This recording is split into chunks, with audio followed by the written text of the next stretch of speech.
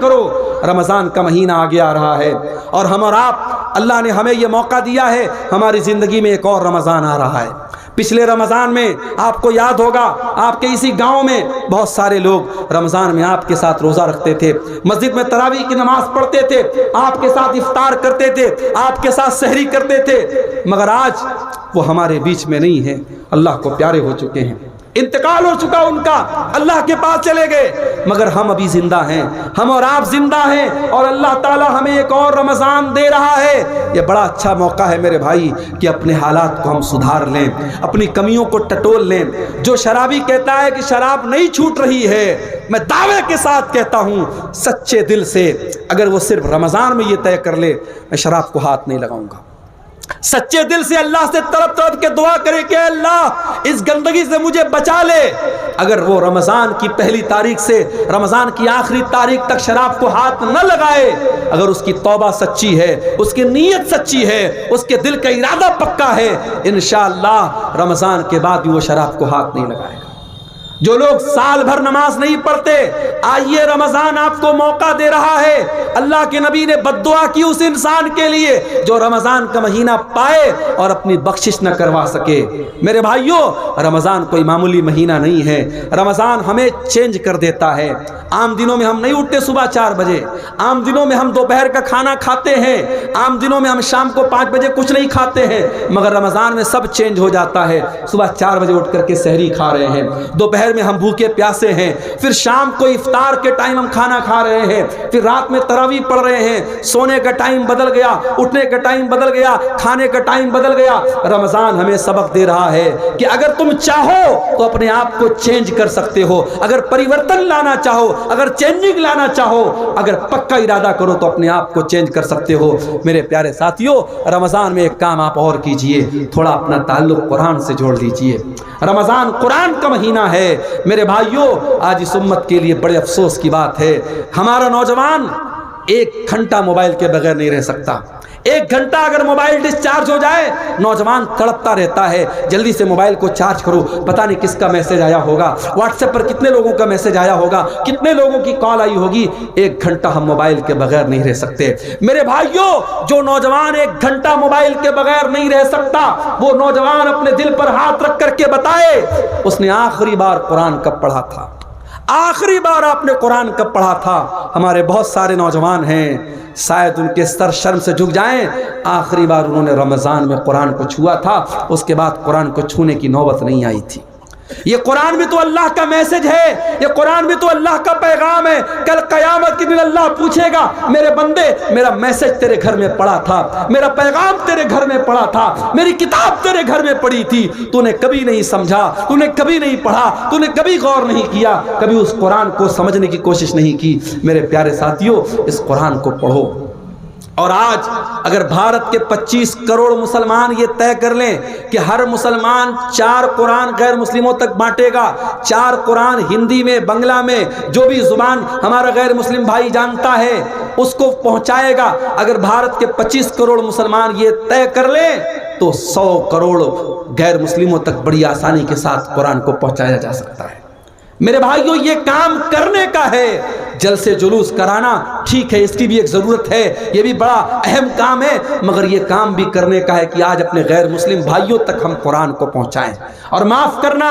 ہم نے اور آپ نے جو یہ چسکا لگا لیا، مولانا عبدالغفار صاحب آئے تو ہم صاحب ان کے ذریعے کچھ جو ہے ہم وید کے شلوک سن لیں، گیتا کے شلوک سن لیں، مولانا جرجیت صاحب آئے ان سے ہم کچھ منتر وغیرہ سن لیں، اور چترویدی علماء تو آپ کے اس بہار بنگال میں، جھارکھنڈ میں بہت زیادہ پیدا ہو رہے ہیں، ہم چترویدی نام اور ٹائٹل لگا کر کے اپنے علماء سے، ان کے منہ سے ہم سنسکرت کے شلوک سنتے اور ہمیں بڑا مزہ آتا ہے۔ یہ کوئی مناسب بات نہیں ہے، یہ کوئی اچھی بات نہیں ہے۔ بہتر تو یہ تھا کہ آپ اپنے غیر مسلم بھائیوں کو قرآن کی آیتوں کے ذریعے سمجھاتے، جنت کے بارے میں ان کو بتاتے، جہنم کے بارے میں ان کو بتاتے۔ میرے پیارے ساتھیوں، آج کام یہ کرنے کا ہے، آج نبی کی سیرت کو عام کرنے کا موقع اور وقت ہے۔ میرے بھائیوں، آج دنیا پیاسی ہے، آج دنیا کو ضرورت ہے محمد رسول اللہ کی تعلیم کو جاننے کی، اور ہمارا اور آپ کا تو یہ عقیدہ ہے کہ ہمارے نبی اللہ کے سچے رسول ہیں اور ہمارا دین اللہ کا سچا دین ہے، اور جب اللہ کا سچا دین ہے تو یقین رکھو میرے بھائی، اس بات کی گارنٹی ہے کہ اس دین کے اندر اللہ تعالیٰ نے ایک اٹریکشن رکھا ہے،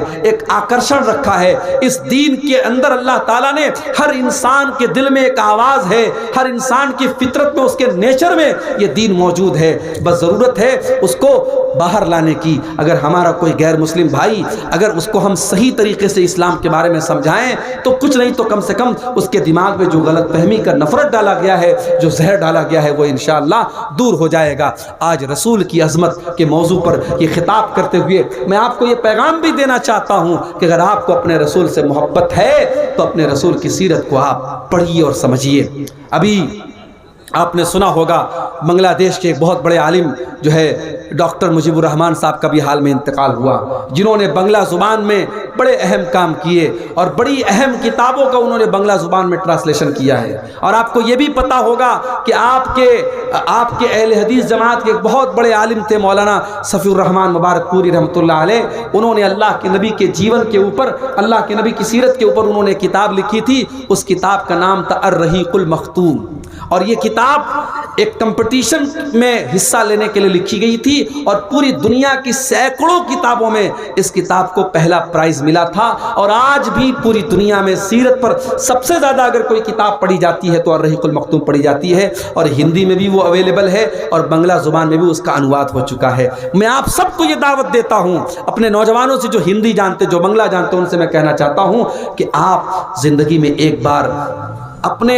دل میں رسول کی محبت کو سجا کر کے اطمینان کے ساتھ الرحیق المختوم کو پڑھ لے میرے بھائی۔ میرا دعویٰ ہے اگر آپ ایک مرتبہ اس پوری کتاب کو ختم کر لیں گے، آپ کے دل کا ایمان بڑھ جائے گا، آپ کے دل میں رسول کی محبت بڑھ جائے گی، اسلام سے محبت بڑھ جائے گی۔ میرے پیارے ساتھیوں، آج ہمارے نوجوانوں میں جو خرابیاں پائی جا رہی ہیں، جو دنیا کی محبت ہمارے سینوں میں پیدا ہو رہی ہے، جو شہوت پرستی ہمارے اندر آ رہی ہے، جو مال کی محبت میں ہم ڈوبے جا رہے ہیں، حرام کاروبار ہم کر رہے ہیں، جوا اور سٹے کے نئے نئے طریقے ہمارا نوجوان اپنا رہا ہے۔ ابھی کٹیہار کے علاقے میں گیا، ایک صاحب بتانے لگے کوئی کمپنی آئی ہے جو بٹ کوائن وغیرہ کے نام سے پیسہ کلیکٹ کرتی ہے اور اتنا پیسہ اس میں لگاؤ، ہر مہینہ اتنا پیسہ ملے گا، اور پورا گاؤں وہ کام کر رہا ہے، اور گاؤں کی مسجد کو جو امام صاحب ہے وہ بھی لوگوں کو جوڑ رہے ہیں اور بڑے فائدے بیان کر رہے ہیں، جبکہ ہم سب جانتے ہیں کہ یہ کوئی تجارت نہیں ہے، یہ کوئی تجارت نہیں ہے، یہ حرام ہے، یہ جوا کی ایک شکل ہے کہ آپ 1 لاکھ روپیہ لگاؤ اور ہر مہینے آپ کو 5,000 روپیہ ملے۔ تجارت میں تو اپ ڈاؤن ہوتا رہتا ہے، تجارت میں کبھی ایسا بھی ہوتا ہے کہ آپ نے 1 لاکھ لگایا اور مہینے کا 10,000 آپ نے کما لیا، اور کبھی ایسا ہوا کہ آپ نے 1 لاکھ لگایا اور مہینے میں 1 پیسے کی بھی آمدنی نہیں ہوئی۔ تو تجارت ہوتی ہے۔ یہ جتنی کمپنیاں ہیں جو پیسہ لگا کر کے آپ کو آفر دے رہی ہیں، یہ سب آپ کو ٹوپی پہنا رہی ہیں، سب فراڈ ہیں، اور آج ہمارا نوجوان اس میں ڈوبا چلا جا رہا ہے۔ میرے پیارے ساتھیوں، ان حرام طریقوں سے اگر آپ کو بچنا ہے، اپنے نبی کی سیرت کو آپ پڑھیے، اپنے نبی کی زندگی کو آپ پڑھیے۔ جب آپ اپنے نبی کی سیرت کو پڑھیں گے تو آپ کے دل میں حلال کی محبت پیدا ہوگی اور حرام سے نفرت پیدا ہوگی۔ میری مائیں اور بہنیں، میں ان سے بھی کہنا چاہتا ہوں، اپنے نبی کی بیویوں کے حالات آپ پڑھیں، اپنے نبی کی بیٹیوں کے حالات آپ پڑھیں۔ آپ کے اندر جو برائیاں ہیں، جو خرابیاں ہیں، جو بے پردگی ہے، جو بے حیائی ہے، انشاءاللہ سب ختم ہو جائے گی۔ آج ضرورت ہے کہ اپنے نبی کی سیرت کو ہم جانیں اور پڑھیں۔ میرے پیارے ساتھیوں، دعا کیجیے اللہ تعالیٰ سے رب العالمین ہمیں اپنے نبی سے صحیح اور سچی محبت کرنے کی توفیق عطا فرمائے۔ رب العالمین ہمارے دلوں میں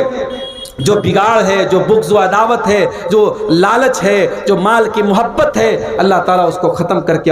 ہمارے دلوں میں اپنے نبی کی سچی محبت پیدا فرما دے۔ آئندہ آنے والے رمضان کے مہینے کا حق ادا کرنے کی اللہ تعالیٰ ہم سب کو توفیق عطا فرمائے۔ رمضان کے مہینے کے روزے، تراویح کی نماز، قرآن کی تلاوت، دعا اور اذکار کی پابندی کرنے کی اللہ تعالیٰ ہم سب کو توفیق عطا فرمائے۔ رب العالمین جس مدرسے کے لیے آج کا یہ پروگرام ہوا ہے، اس مدرسے کو دن دونی رات چوگنی ترقی عطا فرمائے۔ جو علماء یہاں تشریف لائے، دور دراز سے سفر کر کے آئے ہیں، اللہ ان علماء کے آنے جانے کو قبول فرمائے۔ رب العالمین ہم سب کو کہنے سننے سے زیادہ عمل کی توفیق عطا فرمائے۔ آمین۔ وآخر دعوانا الحمدللہ رب العالمین، والسلام علیکم ورحمۃ اللہ وبرکاتہ۔